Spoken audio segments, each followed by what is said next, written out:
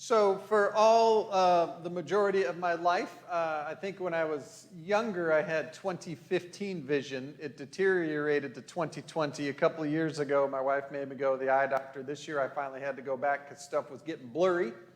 I probably could get by with readers, but when you talk out loud and read and talk, I didn't want to be doing this all the time. So I have bifocals now. Out the top of them, you all are perfectly clear. There's a little bit of a prescription. If I go like that, you're all fuzzy, but I can read through that bit. So these have become necessary for me to read now. But I have other glasses here as well. I should wear these more often because I have sensitive eyes, but these are my sunglasses. And when I put these on, everything is a darker tint, right? It changes how I see the world. I can still tell where everybody is. Everything looks generally the same. It's just a different tint, right? I also have safety glasses that I wear when I'm like using power tools and whatnot. And these are clearer than the sunglasses, but everything is a little bit yellowy. And if I'm doing yard work, like everything, like I could go like that and see that it's different, right? And then I like to sit in my backyard and back porch and watch birds. And so I got binoculars. Right now, I'm going to just check out what they're doing up in the sound booth. Give me a thumbs up. Okay.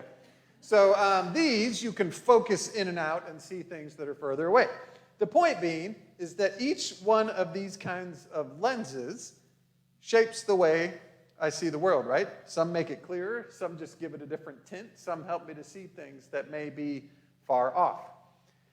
I share all of this because we just heard a passage from 2 Corinthians where Paul says we are no longer going to look at people from a human point of view. And what I think Paul is saying when he says that is that he's recognizing that there are lenses that we wear that most of the time we aren't even aware that we have them on that shape how we experience, see, and judge people around us.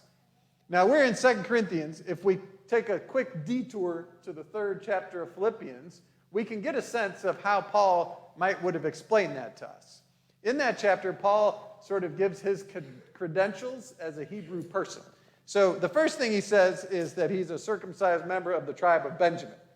So Paul would have seen the world through the lenses of being a part of the tribe of Benjamin.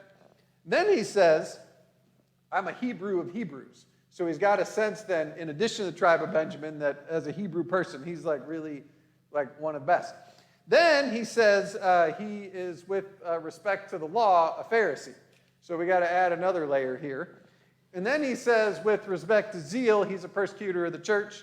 And with respect to righteousness, he's blameless. So now he's looking like this. So now I'm asking you, if Paul is looking out at the church people around him that may have shared his Hebrew faith at one point and now followed Jesus, how clearly is he seeing them? I'm actually asking that. You can answer. Not good. Okay. So, he's got all these layers of lenses, and it's not good because Paul eventually, we are told, was breathing threats and murder against the church.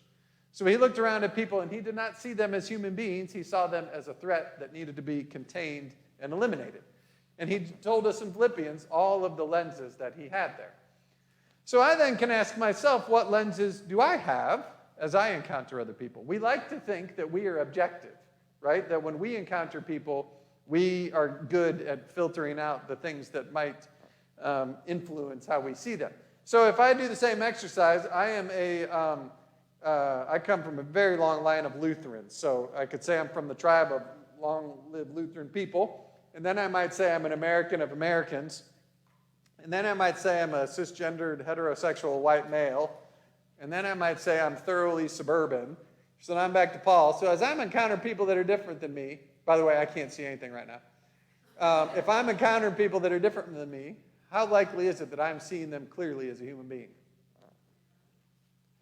Not very likely at all, right? So we all have lenses, and they're all different because we all have different experiences, and we all come at life in different ways. And those lenses then shape how we see other people. So I ask you today to consider what lenses you might have from your own experiences, from the things you have learned, from the family you came from the place that you grew up. And how do those lenses then influence how you experience and treat other people? So when you see a homeless person at the intersection, what do those lenses lead you to think and believe? When you encounter maybe not a homeless person, but somebody that's rich enough to build their own rockets, right? How do we see them and judge them? How do you encounter someone of a different faith? And that could be a whole different faith, like our Muslim or Hindu neighbors, our Jewish neighbors, or it could be within Christianity. How do we experience evangelicals or Roman Catholics? What lenses do we have that shape how we experience people? When you encounter someone that is transgender or otherwise part of the LGBTQ community, how do those lenses impact how you see that person? When you encounter someone who's a soldier or a first responder, a police officer, how do those lenses shape that? When you encounter someone that's young and maybe has grown up in a different way than you have as an older person, or if you're a young person, you encounter somebody old, how do all of those lenses shape the way we experience people? And then, because of those lenses, how do we respond? In Paul's case, all of those lenses led him to really treat Christian people in terrible, terrible ways, right? Persecuting them and seeking them out to have them put in prison, breathing threats and murder, right? It allowed him to perhaps dehumanize them a bit. And then it can force us to say, in what ways do we dehumanize other people when we have all of those lenses, so that we might encounter someone that's an immigrant or just as from a different political party, right? Republican, Democrat, communist. And what does that cause us then to do when we behave and interact with those people? The other side of it is we can acknowledge that perhaps other people have lenses that they are wearing when they see us. And sometimes perhaps you have been discounted or treated in a way that you want to say, wait a minute, I don't deserve that. And you're right? And there's lenses there that they may have on. So we can be on both sides of the way that those lenses filter things through and cause us to not always behave well together. Now, in Paul's case, he ultimately gets on his way to go persecute more Christians. He gets blinded. So all of the lenses that he might have had, which in Philippians, by the way, he calls them all rubbish, he gets to a new place where he now, as he says in 1 Corinthians, we no longer see people from a human perspective with all of those lenses. He gets to a place where, probably imperfectly still, he starts to see people differently. Because he encounters Jesus, who says, knock that off and be new, right? Jesus was died and raised and invites Paul onto a new path. And so in the passage today, Paul says, we're not going to treat people from a human perspective anymore, because everything in Christ is a new creation.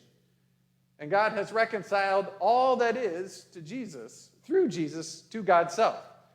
So Paul is really saying, as humans, certainly we have all these things and filters that cause us to see people a certain way. But from God's perspective, everyone is a new creation because Jesus made it so. And he goes on to say, not only did God do that reconciliation through Jesus, God has now invited us into that ministry of reconciliation. We become God's ambassadors that help that reconciliation to continue to happen. That transformation from what was to what is. Our message, our task in ministry in this passage from Paul is telling us that that is our job, right? To be God's ambassadors of reconciliation, that tell people they are made new, and to bring this message of death and resurrection. Trouble is, we always have those lenses, right? And often those lenses are helpful, right? Like I wear these safety glasses for protection, and there are reasons that we have some of those lenses, and some of those reasons are protect us. Because there are harmful things in the world, and people do terrible things that can bring us hurt and put us in danger. I think I may have shared this quite a few weeks ago now. We were trying to pay a bill for someone, and I was dealing with the finance person from the office, and they wouldn't let me pay with a church credit card or a check, which is the two ways we generally can pay a bill. And the reason was because they have experienced scams. Well, of course scams happen. They happen all the time. Of course there are people who are abusive, and there are people who do things that are terrible to other human beings. Paul, I don't think, is suggesting that we ignore that. What he's saying is that no one is beyond redemption. But we as people, because of our lenses, do we encounter people that we probably think are beyond redemption? And for all of those people that are a threat to us, Is it possible that we're a threat to someone else? Right. Paul isn't exactly asking us to ignore any of that, I don't think. He's just suggesting that if we can do our best to take off these lenses and put on resurrection lenses, we might come to a different place. After the early service, somebody said, yeah, we always have lenses. We just got to use Windex to try to clean them up so we see clearer. But resurrection lenses are different, right? Because they're honest. We don't skip Good Friday, right? We don't go straight to resurrection. We first go through Good Friday to death and the cross. We don't get resurrection without death first. Resurrection lenses don't forget about death. They just know that death isn't the final answer. So when Paul is saying we are the ministers of reconciliation, we are the ambassadors. It doesn't say that we ignore the brokenness in our world. It just says that we have new lenses that tell us that that's not the end.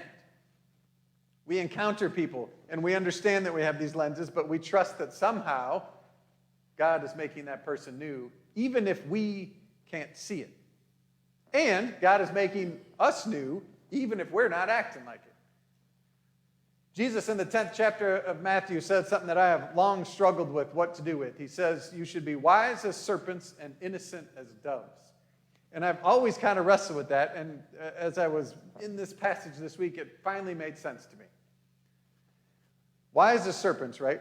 Yes, there are brokenness in the world. There are people that do terrible things. We are going to encounter people that we look and say, there is no way that that person can be made new.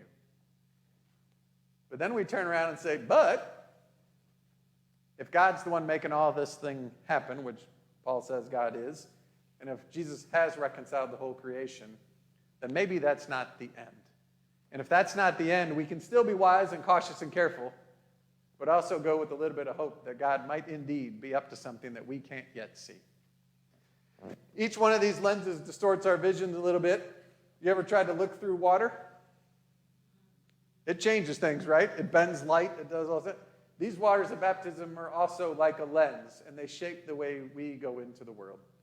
So that the worst thing that someone does ultimately does not define them, but God's new creation does. And the worst thing that we do does not define who we are, but these waters of baptism and God's new creation does, so that we can go out into the world as those ambassadors of reconciliation, knowing that we won't always see it, but trusting that God is the one that makes it so, and living into that hope as we encounter people along the way, doing the best we can to take off our lenses, but trusting ultimately that God's resurrection lenses are what's going to carry us through. Amen.